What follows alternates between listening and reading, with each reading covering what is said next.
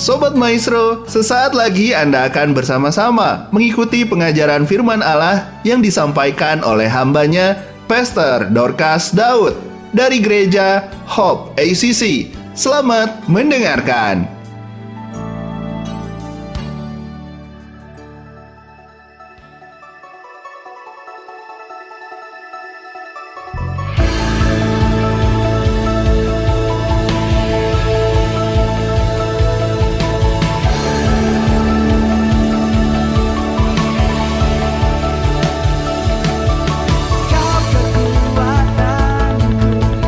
Kau sumber pengharapan dan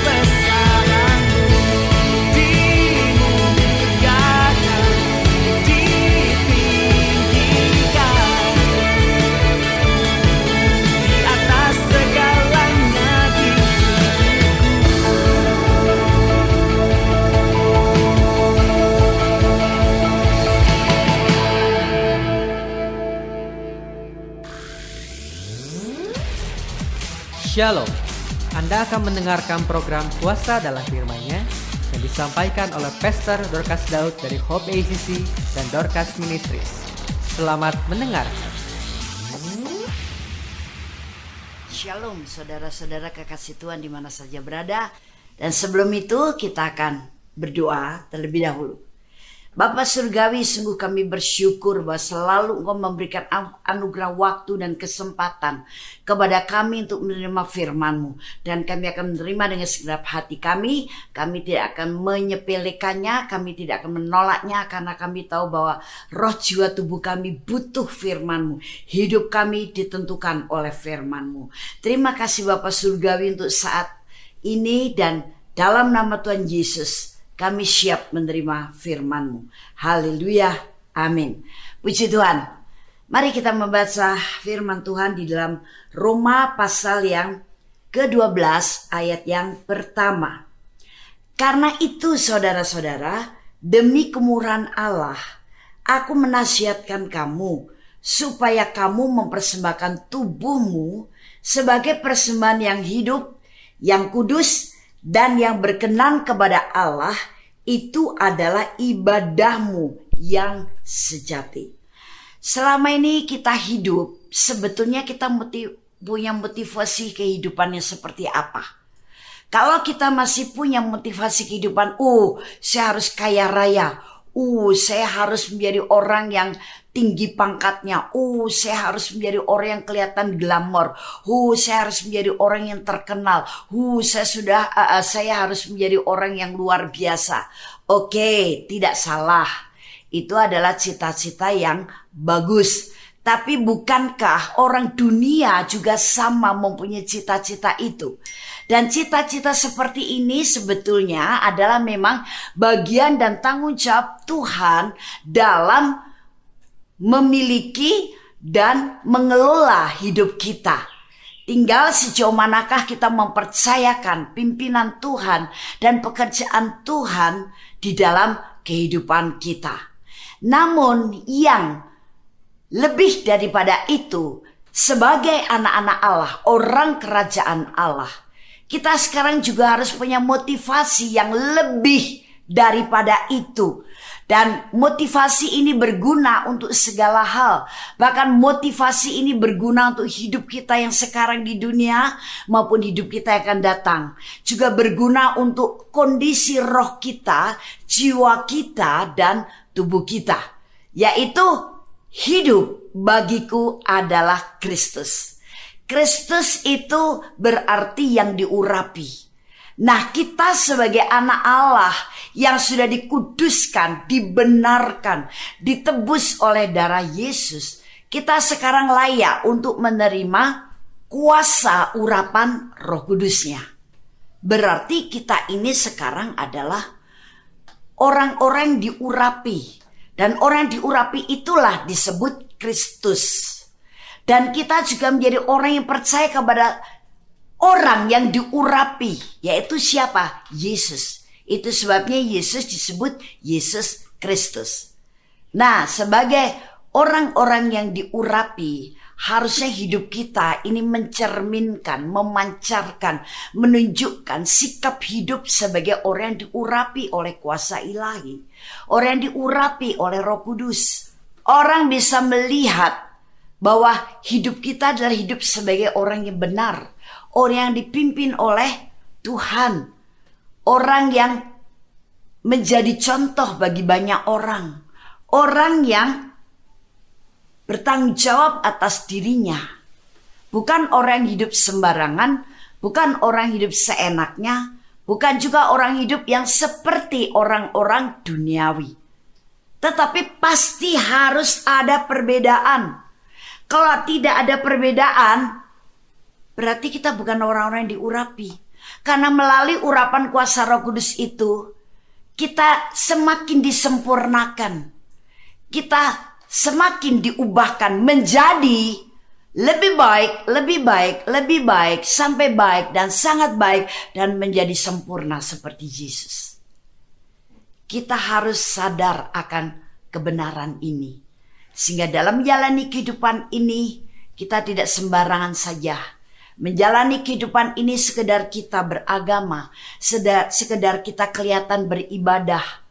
Namun ibadah kita kosong, ibadah kita sia-sia. Karena apa? Ibadah kita tidak disertai oleh perubahan-perubahan yang konkret. Menjadi orang yang lebih baik, lebih mulia, lebih kudus, lebih berkenan, lebih benar. Nah, itu sebabnya sebagai orang-orang yang diurapi, mari kita sekarang mempersembahkan tubuh kita. Selama ini tubuh kita lebih banyak untuk melakukan hal-hal yang tidak berkaitan dengan rohani. Ketika kita melakukan hal itu, tidak masalah. Tidak berdosa, asal kegiatan yang dilakukan oleh tubuh kita adalah hal-hal yang tidak menyimpang daripada firman Tuhan. Selagi kita hidup, mari persembahkan tubuh kita ini kepada Tuhan. Dia yang sudah memberi hidup kita sebagai penebus kita.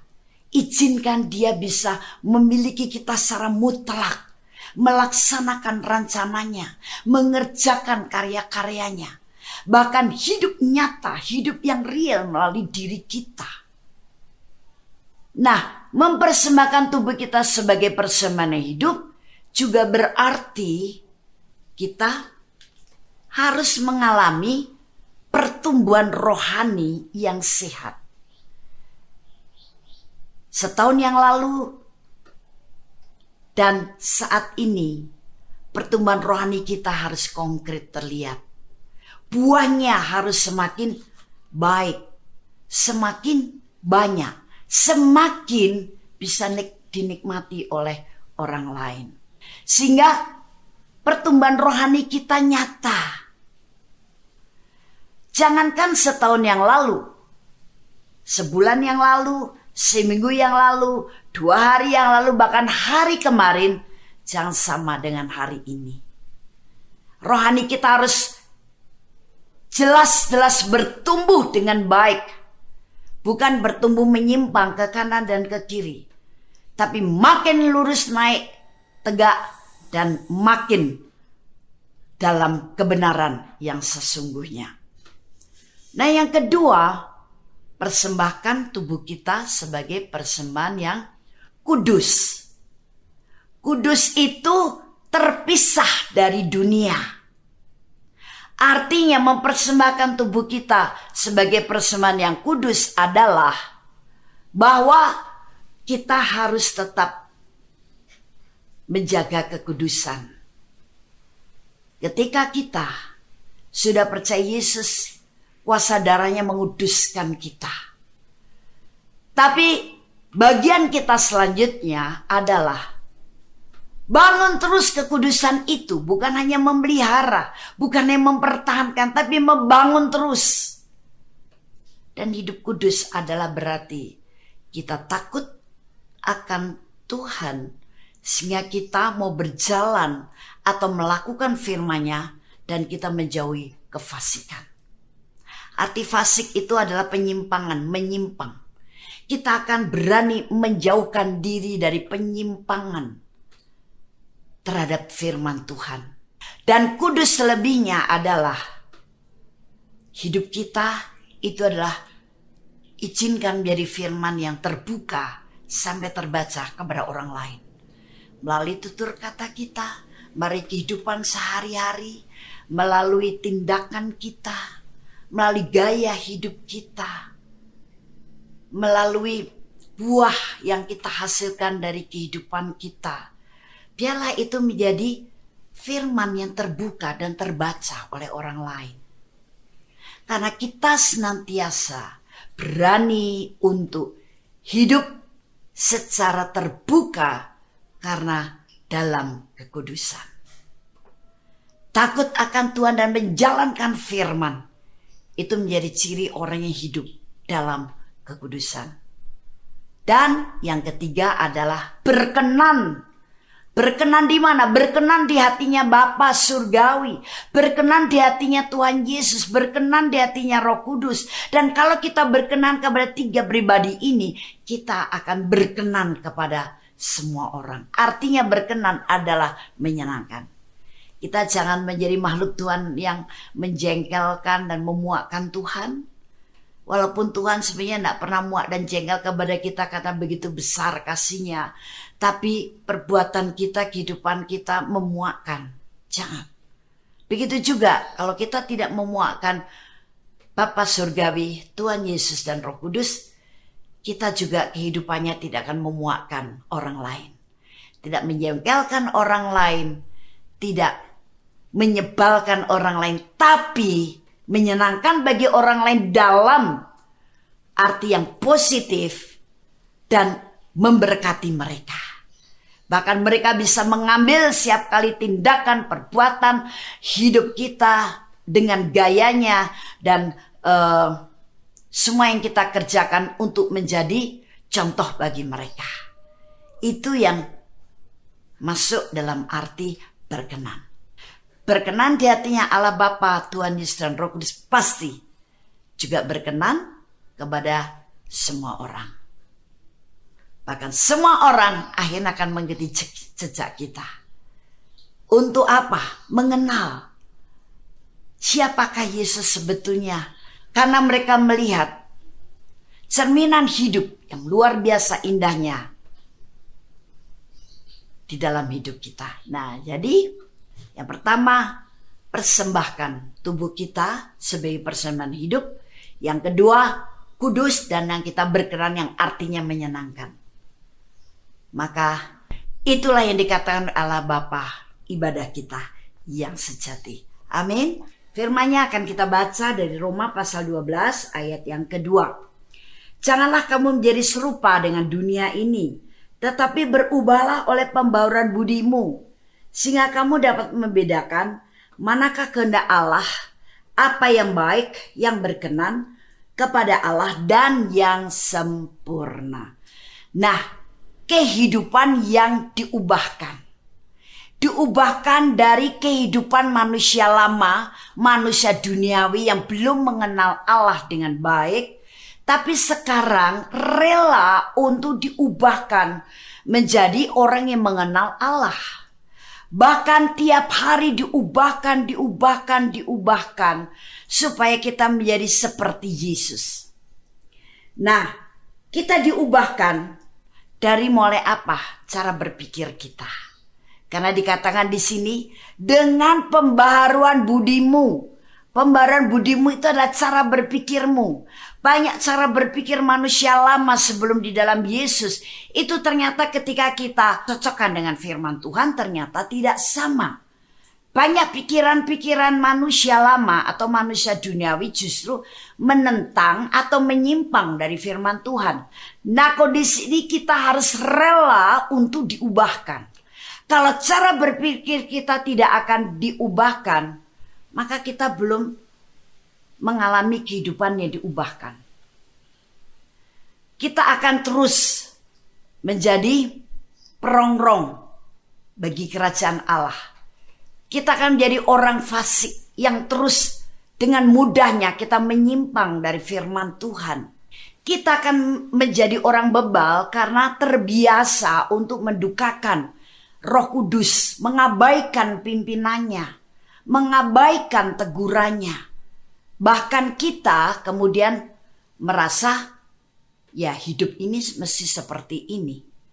Walaupun kondisi orang hidup seperti itu, saya percaya tidak pernah bisa mengalami kenyamanan hati. Tidak akan pernah bisa menikmati hidup ini sebagai anugerah Tuhan. Hidup ini berkat daripada Tuhan. Sehingga orang seperti ini akan berusaha untuk menenangkan hati dengan cara-cara duniawi juga. Di mana cara-cara duniawi itu jelas tidak sama dengan firman. Itu hanya memuaskan secara kedagingan. Tapi roh jiwa kita tidak terpuaskan. Sehingga roh jiwa kita akan terus merasa haus, kelaparan, kering, kerontang. Damba sesuatu tapi tak pernah kita mendapat jawabannya. Nah, itu sebabnya hidup kita perlu diubahkan. Kehidupan yang diubahkan melalui cara berpikir kita. Sebab cara berpikir kita seringkali tidak bisa memahami akan kebenaran. Tidak bisa memahami akan karya Allah yang luar biasa buat kita. Kasih Allah yang sangat luas buat kita. Hidup ini adalah anugerah Allah, tidak bisa kita fahami. Sehingga banyak di antara kita menjalani kehidupan dengan melakukan perbuatan yang sia-sia. Bahkan menjalani hidup kita ini juga sudah monoton. Bangun tidur untuk apa? Untuk kerja. Kerja untuk apa? Cari makan. Makan untuk apa? Untuk kita bisa hidup. Hidup untuk apa? Untuk kerja. Kerja untuk apa? Cari duit untuk makan. Kalau sudah makan untuk apa? Hidup ini untuk kerja lagi. Terus saja berputar-putar pada kehidupan yang monoton. Menjengahkan, menyebalkan. Itu sebabnya banyak manusia yang seperti ini menjadi bosan menjalani kehidupan. Dan seringkali perasaan bosan membuka celah untuk setan mendorong orang ini mengakhiri hidupnya, atau mungkin ayo puaskan saja sekarang mumpung masih muda. Kedaginganmu puaskan saja mumpung kamu masih mampu. Hidup ini memang harus untuk menikmati. Menikmati apa? Hal-hal kedagingan. Walaupun kedagingan itu menjerumuskan kita kepada apa? Ikatan dosa. Nah, itu sebabnya sekarang kita harus rela diubahkan cara berpikir kita. Bahkan melalui kelahiran baru supaya Allah punya rencana. Roh yang baru ketika kamu percaya kepada Yesus Kristus sebetulnya akan memimpin engkau untuk apa? Untuk terus mencari kerajaan Allah dan kebenarannya. Adapun yang lain-lainnya pasti ditambahkan kepadamu, nak. Pasti dicukupkan kepadamu. Karena aku tidak datang bukan untuk membuat engkau berkekurangan. Tapi bahkan bisa dicukupi sampai berkelimpahan. Itu bukan hanya soal materi, tapi segala sesuatunya. Tuhan memberikan lebih kepada kita. Dan tentu saja ada hal-hal yang positif. Karena di dalam Dia ada kehidupan yang sempurna. Dan Dia yang sempurna sekarang sudah ada dalam diri kita. Dia ingin hidup kita sekarang adalah untuk Kristus. Ketika kita mau mengalami kehidupan yang diubahkan dengan cara pemikiran kita harus diganti dengan pemikiran Kristus yang sesuai firman Tuhan. Maka disitulah kita akan mengetahui kehendak Allah yang baik, berkenan, dan yang sempurna. Banyak orang Kristen bertanya kepada saya, Ibu, bagaimana saya menjadi orang Kristen yang berkemenangan? Bagaimana saya menjadi orang Kristen yang akan berhasil? Bagaimana saya akan bisa menikmati kehidupan ini kalau saya kehendak Allah saja tidak tahu? Ya, saya akan jawab, kamu tidak tahu kehendak Allah, mengapa? Karena cara berpikirmu tidak mau diganti sehingga kehidupanmu diubahkan. Diganti dengan apa? Dengan kebenaran firman Tuhan. Itu sebabnya kau tidak bisa menikmati hidupmu dengan baik. Tidak bisa mengetahui bahwa hidup ini berkat Tuhan. Bahwa anugerah Tuhan tak pernah berkesudahan. Bahwa hidup ini bagiku Kristus, sehingga kehidupan kita selalu di jalan kebenarannya. Dari Matius pasal yang ke-5, kamu adalah garam dunia. Jika garam itu menjadi tawar, dengan apakah ia diasinkan? Tidak ada lagi gunanya selain dibuang dan diinjak orang. Wow, sangat menyedihkan sekali kalau garam itu sudah menjadi tawar, tidak terpakai. Bahkan dibuang dan diinjaknya. Berarti kalau hidup kita tidak mau mengalami nasib seperti itu, terbuang dan terinjak, kita harus tetap menjadi garam yang asin. Ternyata garam juga bisa menjadi tawar loh. Nah, apa yang dimaksud dengan garam di sini? Garam di sini adalah berbicara tentang kasih. Karena garam itu mengawetkan segala sesuatu yang ada di dunia ini yang sedang menuju kepada pembusukan. Segala yang digarami, kita ambil contoh ikan. Maka ikan itu akan menjadi awet dan masih bisa dimakan, dinikmati oleh manusia. Jadi kalau kita menjadi garam yang tetap asin, maka kita akan berguna, bermanfaat, baik untuk diri sendiri maupun untuk orang lain. Karena garam ini berbicara tentang kasih. Bayangkan kalau kita hidup di dalam hati yang hambar, hati yang sudah merasa kehilangan kasih, hati yang kosong, hati yang pahit. Hati pahit itu karena minus dalam hal kasih. Wow, sangat menyengsarakan. Untuk diri sendiri saja kalau garam itu menjadi tawar, kasih itu menjadi hambar, bahkan kasih itu menjadi padam, hidup kita juga hambar, hidup kita juga sangat sengsara. Begitu juga kalau kasih kita kepada orang lain sudah hambar, sudah tawar. Rasanya hubungan kita dengan orang lain itu menjadi dingin. Kita juga tidak merasa nyaman. Orang lain juga berdekatan dengan kita, berjumpa dengan kita juga tidak akan merasa nyaman. Dan kita rasanya menjadi aneh. Nah itu sebabnya kasih dalam kita jangan sampai hambar. Kasih dalam kita jangan sampai tawar. Apapun masalah atau kondisi yang sedang terjadi dalam hidup kita, jangan sampai membuat kasih kita padam, kasih kita hambar, kasih kita tawar. Karena kalau kita menjadi orang Kristen yang tanpa kasih, hidup kita seperti terbuang dan terinjak orang. Tapi kalau kita hidup dalam kasih, ada satu kehidupan yang penuh dengan sukacita, pengharapan, kehidupan yang indah, kehidupan yang merdeka. Dan hidup kita rasanya bersinar terus. Wajah kita juga akan kelihatan bercahaya terus. Karena di hati kita ada kasih yang mulia, yaitu kasih Kristus. Yang berikutnya adalah menjadi terang. Ayat yang ke-14 dari Matius pasal 5. Kamu adalah terang dunia. Kota yang terletak di atas gunung tidak mungkin tersembunyi. Lagi pula orang tidak menyalakan pelita lalu meletakkannya di bawah gantang, melainkan di atas kaki dian sehingga menerangi semua orang di dalam rumah itu. Nah, kita menjadi terang dunia itu akibat daripada hidup kita adalah Kristus. Harus menjadi terang dunia dan terang itu harus terlihat.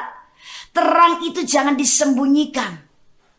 Makanya mari segala kebajikan, perbuatan baik, tutur kata baik, kehidupan yang baik semuanya realisasikan dalam hidup kita sesuai dengan firman Tuhan. Jadi terang dalam hidup kita itu akan nampak. Orang akan melihat bahwa kita tidak berjalan dalam kegelapan. Tidak berjalan asal-asalan menjalani kehidupan ini. Tapi hidup dalam pimpinan terangnya, yaitu apa? Allah sendiri. Yesus sendiri yang tinggal dalam kita dan menerangi kehidupan kita. Melalui firman-Nya dan pimpinan Roh Kudus-Nya. Luar biasa sekali. Terang jangan taruh di bawah gantang. Tapi terang itu biar bersinar. Dan bersinar semakin cemerlang ketika kita juga menyampaikan berita-berita baik dari kerajaan Allah. Tentang pengampunan dosa, tentang penebusan, dan tentang keselamatan. Sehingga orang yang masih hidup dalam kegelapan akan terbawa oleh kita pindah kehidupan dari kegelapan sekarang dalam terangnya yang ajaib.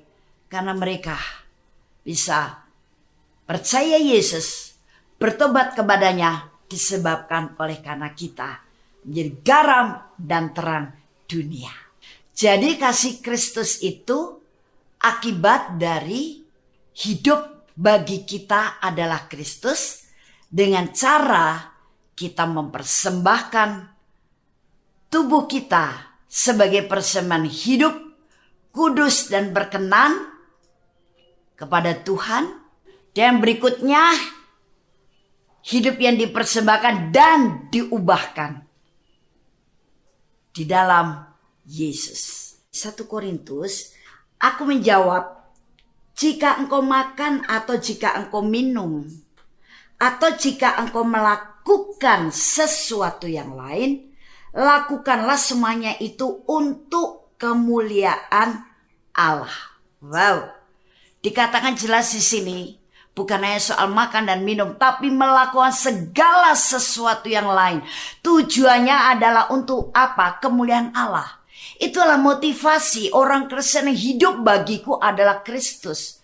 Bukan untuk mencari hal-hal bagi kepujian diri sendiri, menunjukkan kehebatan diri sendiri, penghargaan untuk diri sendiri, dan juga apalagi kemuliaan buat diri sendiri.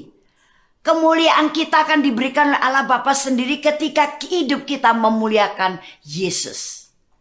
Nah, jadi kalau kita melakukan segala sesuatu itu karena untuk kemuliaan Allah, maka kita akan melakukan segala sesuatu dengan sukacita. Kita melakukan segala sesuatu dengan yang terbaik. Kita melakukan segala sesuatu dengan tidak pernah merasa bosan, tidak pernah menggerutu, tidak pernah bersungut-sungut. Atau bahkan kita akan terus memperbaiki diri. Akan terus menyempurnakan apa yang kita kerjakan. Bahkan kita puas ketika apa yang kita kerjakan itu bisa menjadi berkat untuk orang lain. Itu bisa menjadi keuntungan bagi orang lain. Dan juga itu akan menyenangkan hati kita. Apalagi hati Allah Bapa. Sudahkah kita semuanya melakukan segala sesuatu untuk kemuliaan Dia? Kalau bukan untuk kemuliaan Dia, kita gampang kecewa. Kita gampang bosan. Kita gampang merasa lelah. Dan bahkan kita merasa berbeban berat dalam melakukan segala sesuatu. Tapi kalau untuk Dia, wow, kita melakukannya dengan riang hati. Dan segala sesuatu yang kita lakukan dengan riang hati membuat jiwa kita juga nyaman, merdeka, dan tubuh kita juga merasa sehat, merasa kuat, merasa perkasa, tidak gampang lelah, tidak juga sakit-sakitan. Kadang-kadang ada seseorang yang merasa, aduh saya jadi capek, jadi sakit pinggang, jadi sakit ini karena tadi habis melakukan sesuatu. Nah itu tanda bahwa dalam melakukan sesuatu itu tidak dengan riang hati. Karena apa? Motivasi melakukan sesuatu itu bukan untuk kemuliaan Tuhan. Untuk yang lain, terutama buat diri sendiri. Atau kita melakukan segala sesuatu yang terbaik untuk siapa? Bukan untuk Tuhan, tapi untuk seseorang. Orang yang kita kagumi, orang yang kita cintai, orang yang kita sanjung-sanjung. Orang yang kita lihat banyak memberkati kita secara finansial. Hati-hati. Kemana hati kita terarah? Hati kita harus terarah kepada Bapa Surgawi, Tuhan Yesus dan Roh Kudus. Karena segala kemuliaan hanya untuk Dia. Dan Dia yang akan memberikan kemuliaan itu kepada kita. Tambah besar, dan tambah besar ketika hidup bagi kita adalah Kristus. Kemudian ayat yang berikutnya, terakhir. Roma 11 ayat 33 sampai dengan 36. Oh, alangkah dalamnya kekayaan, hikmat, dan pengetahuan Allah. Sungguh tak terselidiki keputusan-keputusannya, dan sungguh tak terselami jalan-jalannya. Sebab siapakah yang mengetahui pikiran Tuhan? Atau siapakah yang pernah menjadi penasihatnya? Atau siapakah yang pernah memberikan sesuatu kepadanya sehingga ia harus menggantikannya? Sebab segala sesuatu adalah dari Dia dan oleh Dia dan kepada Dia. Bagi Dialah kemuliaan sampai selama-lamanya.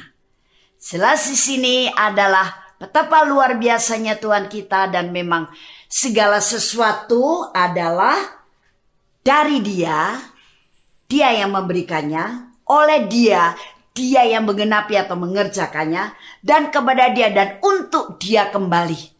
Dan kita yang hidup bagi Kristus tentu akan memiliki kehidupan yang melekat kepada Dia, sehingga kemuliaannya juga akan terjadi dalam hidup kita. Puji Tuhan, saya akan ulas kembali. Yang pertama, kita harus memiliki kehidupan yang dipersembahkan sebagai persembahan hidup, kudus, dan berkenan. Dan kemudian yang kedua adalah kehidupan yang mau diubahkan melalui cara berpikir manusia lama ganti dengan cara berpikir Kristus. Sehingga kita betul-betul seperti yang ditentukan oleh Allah Bapa. Kita adalah garam dan terang dunia. Garam berbicara tentang kasih. Jangan kita menjadi tawar akan kasih supaya kita tidak terbuang dan terinjak orang. Dan terang itu adalah hidup kita. Jangan tersembunyi, biar terang itu bersinar. Orang melihat dan mengikuti perbuatan kita yang hidup dalam kebenaran. Bahkan menjadikan orang hidup dalam kegelapan akan pindah hidup dalam terang karena percaya dan bertobat kepada Yesus sebagai penebus dan juru selamatnya. Dan yang keempat ini adalah bahwa segala sesuatu mari kita lakukan seperti kepada Tuhan. Dan segala sesuatu yang kita lakukan dalam kehidupan kita, mari sekarang seperti kepada Tuhan. Jadi kita melakukan yang terbaik dengan sukacita, riang gembira, tenang, nyaman, sehingga kita tidak menjadi lelah, letih, dan sakit. Dan tidak merasa berbeban berat. Sebab semuanya memang dari Dia, oleh Dia dan untuk Dia. Dan kalau kita hidup bagiku untuk Kristus, pasti akan melekat kepada Dia. Dan kita akan mengalami kemuliaannya juga sebagai orang-orang yang diurapi. Haleluya. Kami percaya Anda pasti diberkati oleh firman Tuhan yang disampaikan oleh Pastor Dorcas Daud STH dari Hope ACC dan Dorcas Ministries. Dan bila Anda memiliki pertanyaan seputar kegiatan pelayanan kami, Anda dapat menghubungi kami di 08 222 703 0006. Sekali lagi di 08 222 703 0006. Sampai jumpa kembali. Tuhan Yesus memberkati.